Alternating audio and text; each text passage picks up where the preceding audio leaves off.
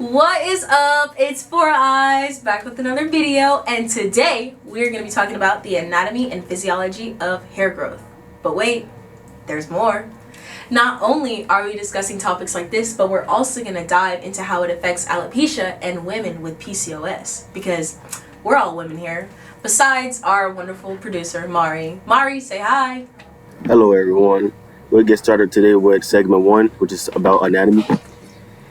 In order to look to this topic of health conditions and hair growth, you must cover all the key components.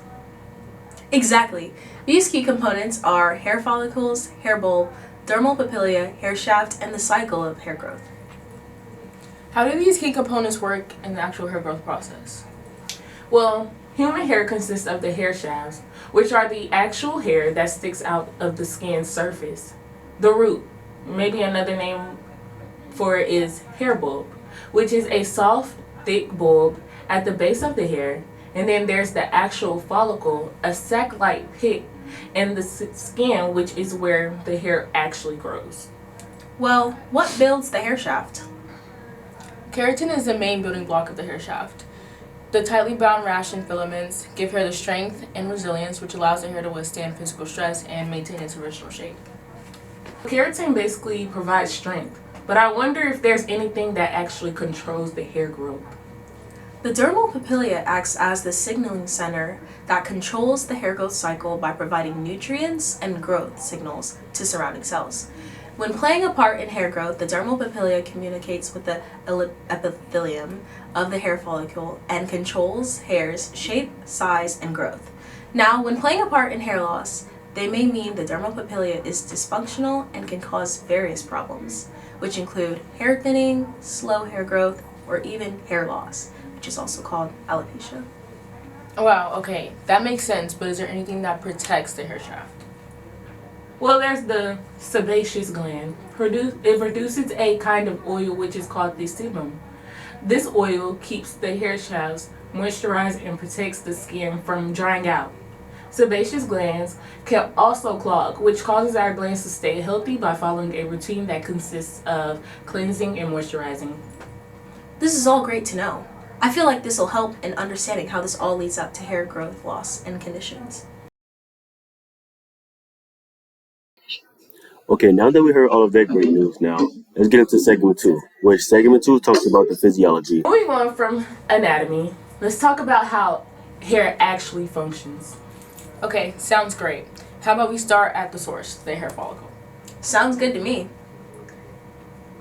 The hair follicle, which is the structure responsible for hair growth, undergoes repetitive cycles of growth, regression, and rest. These cycles are divided into 3 phases: anagen, which is the growth phase; catagen, which is the regression phase; and telogen phase, which is the resting phase. Cool, so what actually occurs during each phase? In the beginning, starting at the anagen phase, cells in the hair follicle's bulb divide rapidly, pushing the hair shaft up and outward from the skin. Then, in the catagen phase, growth slows down and the follicle shrinks. Then, in the telogen phase, the old hair rests and eventually is shed so the cycle can start anew. Okay, so this is all great to know, but how does this connect to how alopecia occurs?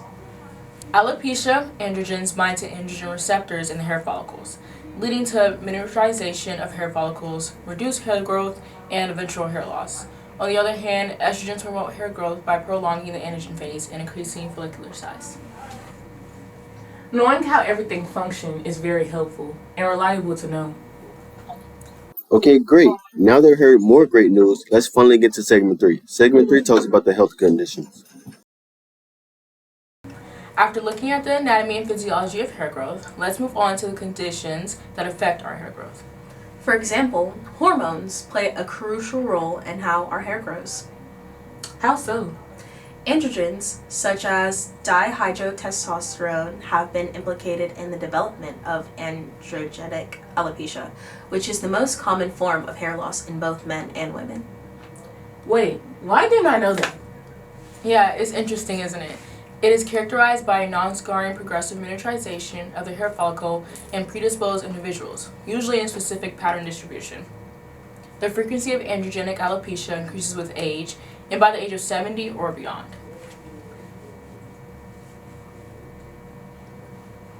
Wait, so that means it's different from alopecia areata? What do you mean?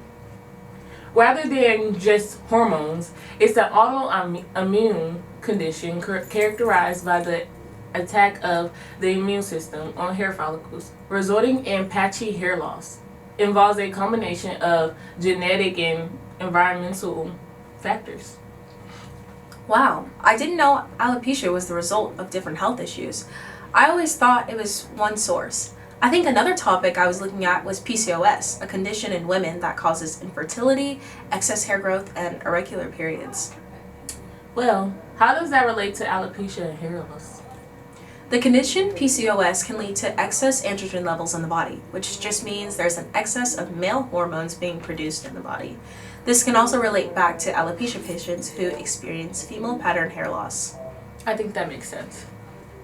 Yeah, many women with hyperandrogenism also exhibit or complain of scalp hair loss, which is another form of alopecia. Well, why does this happen in the first place? A shortened anagen phase of the hair growth cycle and miniaturization of hair follicles in the affected scalp area are main reasons why alopecia, or FPHL, can happen. These overproduction of the androgen hormone affects people with alopecia and women with PCOS. You see, the maintenance of a healthy hair follicle requires well-coordinated progression and timing. Patients with alopecia and PCOS both face the issue of overproduction of androgens in the body system.